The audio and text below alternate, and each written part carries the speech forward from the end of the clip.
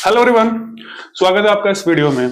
खास करके हिंदी मीडियम के जितने भी स्टूडेंट्स हैं उनके लिए देखिए, रिक्वेस्ट थी कि इंग्लिश के जितने भी लेक्चर्स आप बना रहे हैं उनको क्या है हिंदी में थोड़ा ट्रांसलेट कर दिया जाए।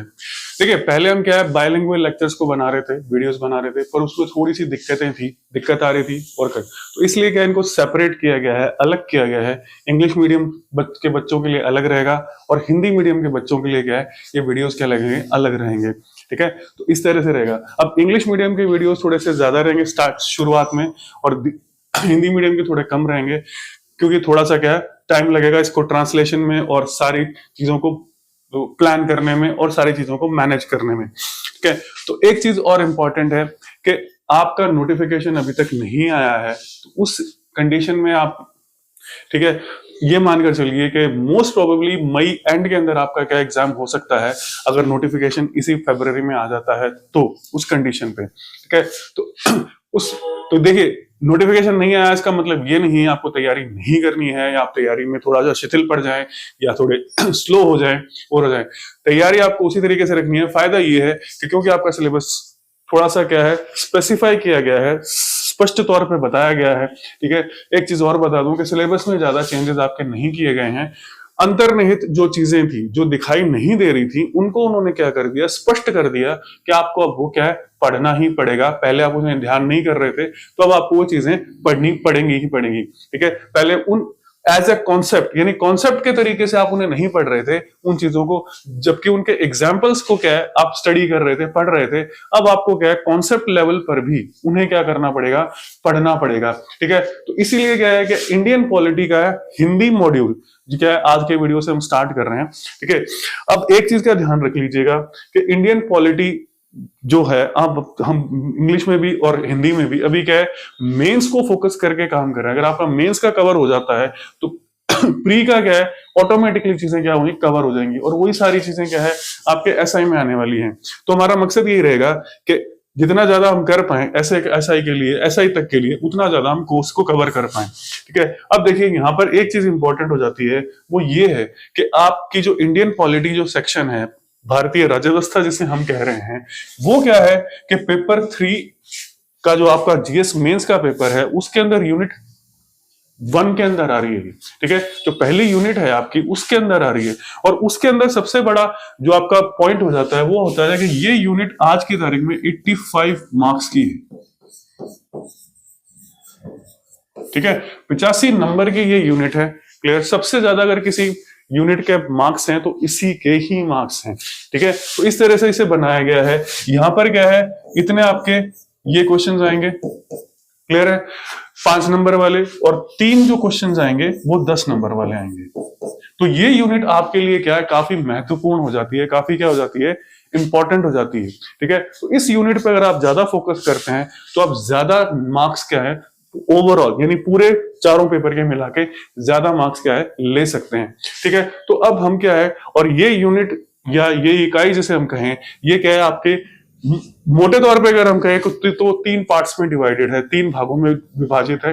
पहले भाग में आपका सारा का सारा इंडियन पॉलिटी और राजस्थान की कुछ पॉलिटी कवर होती है।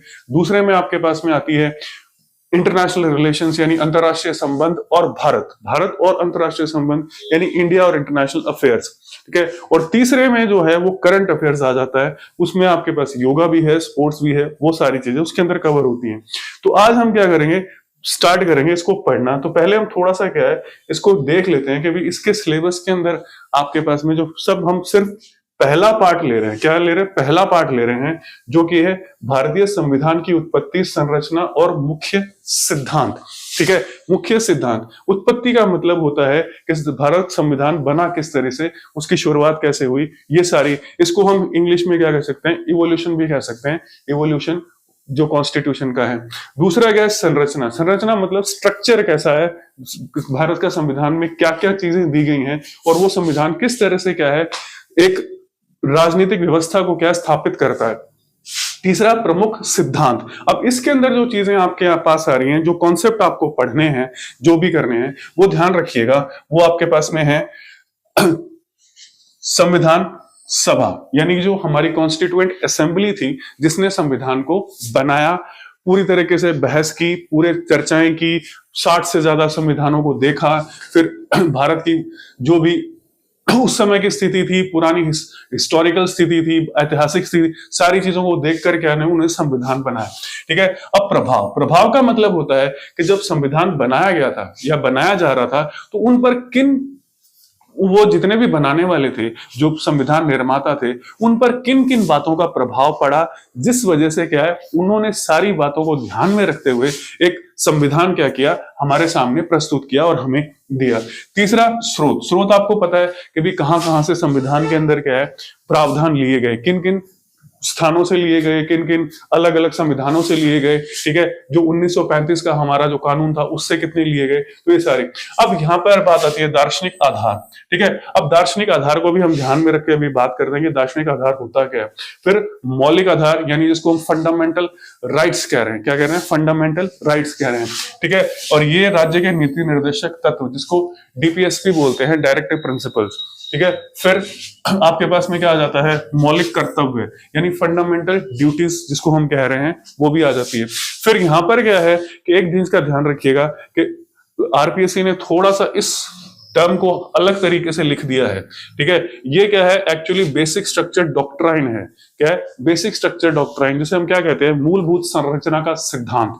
क्या है, मूलभूत संरचना का सिद्धांत। पर आरपीएससी ने क्या लिख दिया इसको, मूलभूत लक्षण का सिद्धांत।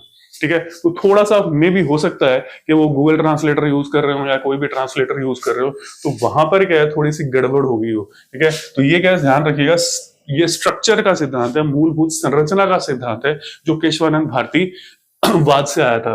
फिर बात आती है संविधान संशोधन प्रक्रिया, यानी संविधान में अमेंडमेंट यानी संशोधन किस प्रकार किया जा सकता है, ये चीज आती है। फिर प्रमुख संवैधानिक परिवर्तन, परिवर्तन का मतलब संविधान में किस तरह से परिवर्तन किए गए हैं, क्या क्या संविधान में संशोधन हुए हैं, उनसे संविधान पर क्या प्रभाव पड़ा है, वही चीजें आपको क्या है यहां पर करनी है। ठीक है। फिर तीसरी चीज जो इंपॉर्टेंट आ जाती है, वो आ जाती है यहां पर दे रहे हैं आपको, नवीन संवैधानिक विकास, न्यायिक निर्णय, संवैधानिक नैतिकता और रूपांतरकारी संवैधानिकता। ठीक है। अब इनका ध्यान रख लीजिएगा कि ये नवीन का मतलब ये है कि रिसेंट।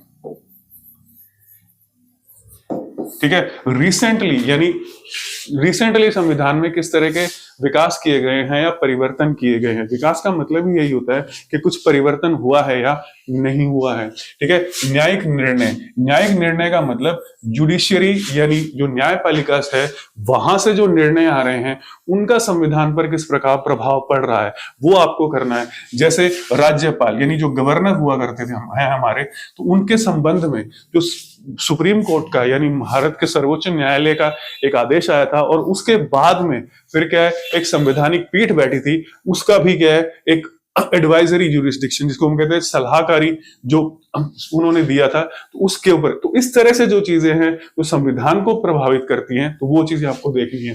फिर संवैधानिक नैतिकता, अब ये नैतिकता का ये मतलब, ये अगर इंग्लिश में कहेंगे तो ये कॉन्स्टिट्यूशनल मोरालिटी है। ठीक है। मोरालिटी यानी संविधान की नैतिकता क्या है हमारी, तो ये आपको पढ़ना है। फिर रूपांतरकारी संवैधानिकता, ये है आपके पास में कॉन्स्टिट्यूशनलिज्म, इसको हम क्या कह रहे हैं, कॉन्स्टिट्यूशनलिज्म कह रहे हैं, संवैधानिकता कह रहे हैं, यानी संविधानवाद जिसे हम बोल रहे हैं। ठीक है। तो ट्रांसफॉर्मेटिव कॉन्स्टिट्यूशनलिज्म, संविधानवाद का काम है ये, तो ये आपको पढ़ना है।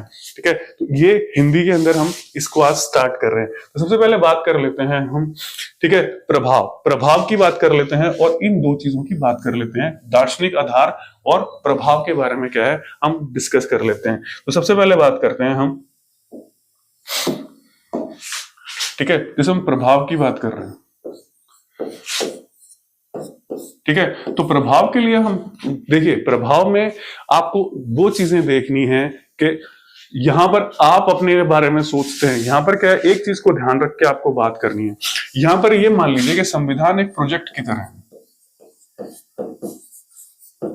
ठीक है। संविधान क्या है, एक ऐसा प्रोजेक्ट है जो क्या है लंबे समय तक के लिए बनाया गया है। लंबे समय तक के लिए क्या किया गया, एक प्रोजेक्ट बनाया गया है, और ये इसको हम क्या कह रहे हैं, कॉन्स्टिट्यूशन कह रहे हैं।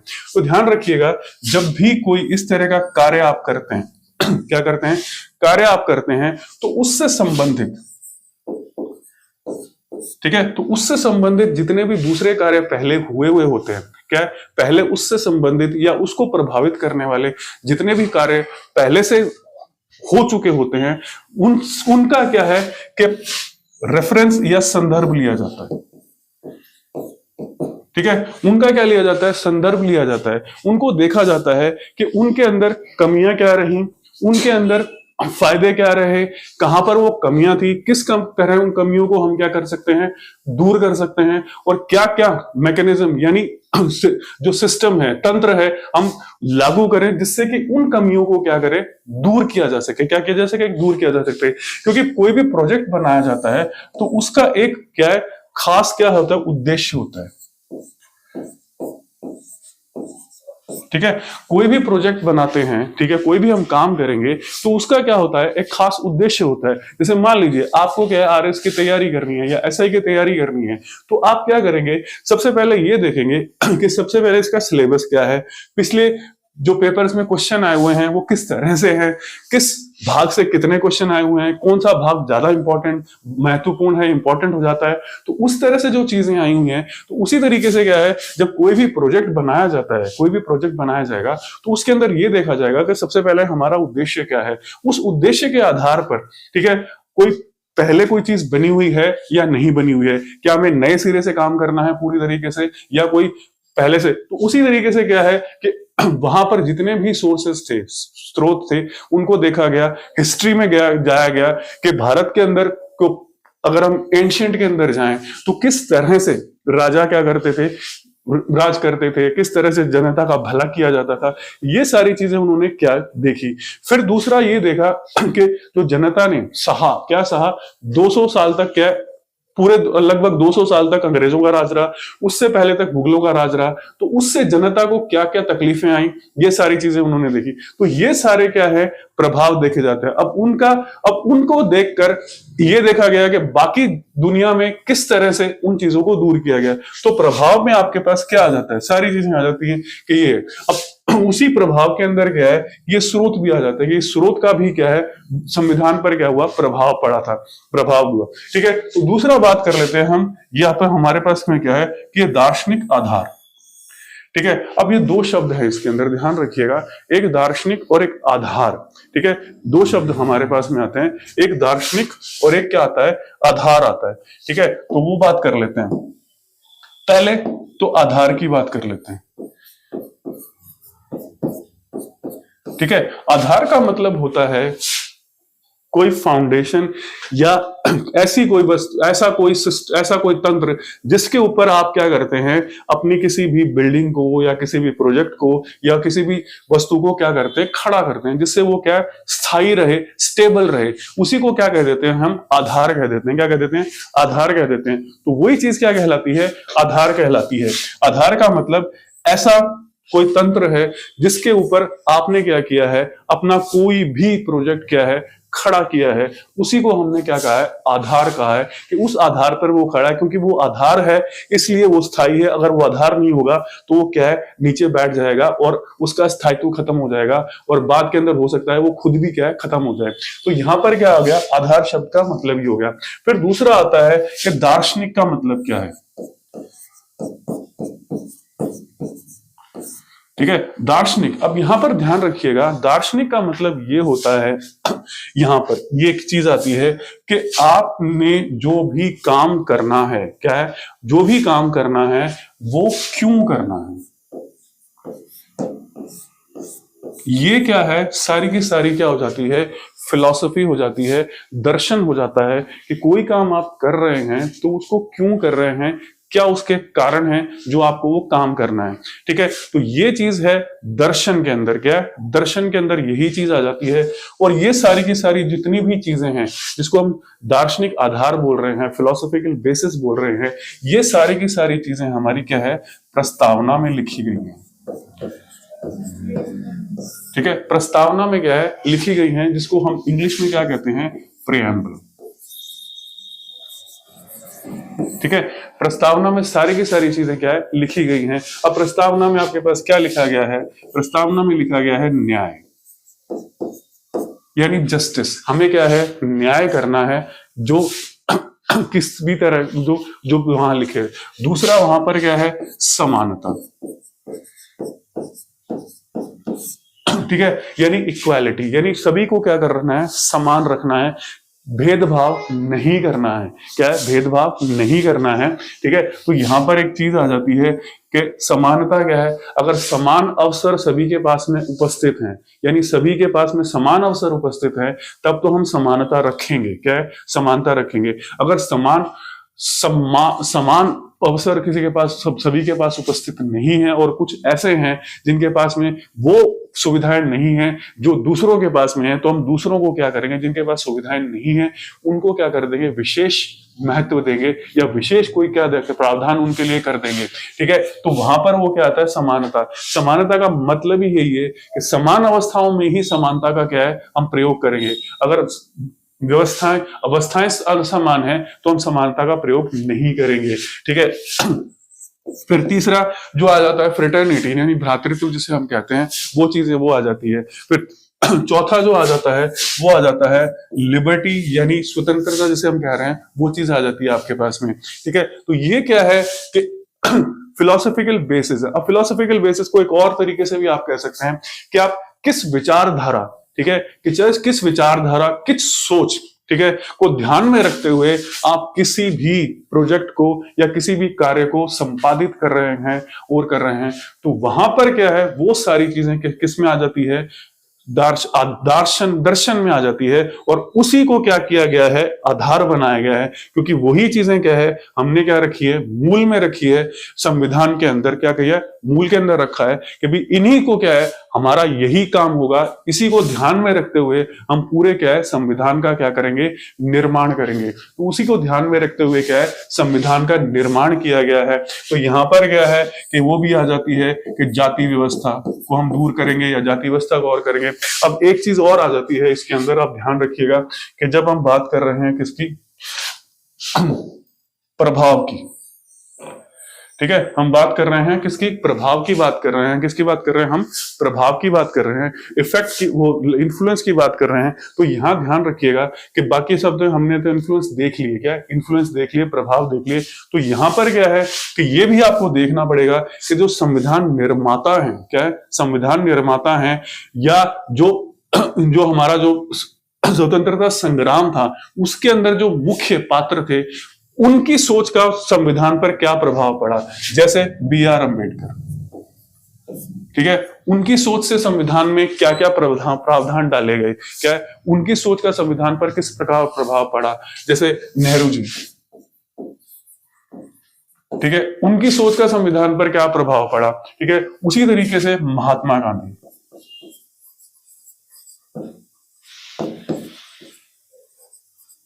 ठीक है, हालांकि ये क्या है, भाग नहीं थे संविधान सभा के, लेकिन फिर भी क्या है, इनकी सोच संविधान सभा के संविधान निर्माण में क्या है, काफी प्रभाव रखती है। तो ये चीजें भी क्या आपको पढ़नी है। इसका प्रभाव का मतलब ये नहीं है कि आप विदेशी स्रोतों का क्या प्रभाव हुआ, इतिहास से क्या प्रभाव, क्या हमने सीखा, स्वतंत्रता संग्राम से क्या सीखा, जो जनता ने जो वो जितनी भी एट्रोसिटीज, जितने भी परेशानियां झेली, उससे क्या सीखा। तो उन सभी से क्या है, इनकी एक विशेष सोच बनी थी। क्या सोच बनी थी, इनकी एक विशेष सोच बनी।